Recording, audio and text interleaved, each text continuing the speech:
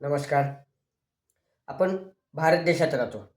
ज्या देशात कायदा सुव्यवस्था आहे. कालच एका 13 वर्षीय मुलीवर अत्याचार झाला आणि तिला ठेचून मारण्यात आलं. का हाच तो कायदा आणि हाच ती सुव्यवस्था आहे का?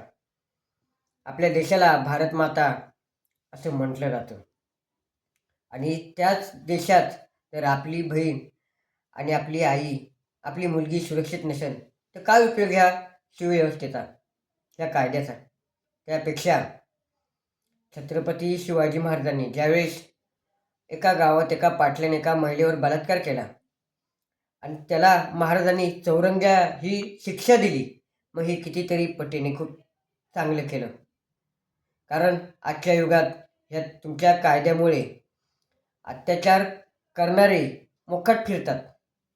तो परत 1, 2, 3 असंख्य असे अत्याचार त्या महिलेवर, त्या आईवर, त्या मुलीवर करतात आणि आपला कायदा मात्र डोळे बंद करून बसलेला असतो. माझी विनंती सरकारला, का तुम्ही चौरंगी हा कायदा काढा, कायद्याचे डोळे उघडा, तरच आपल्या देशात आपली आई, आपली बहीण, आपली मुलगी ही सुरक्षित राहील. मी एक छत्रपती शिवाजी महाराजांचा मावळाच आहे.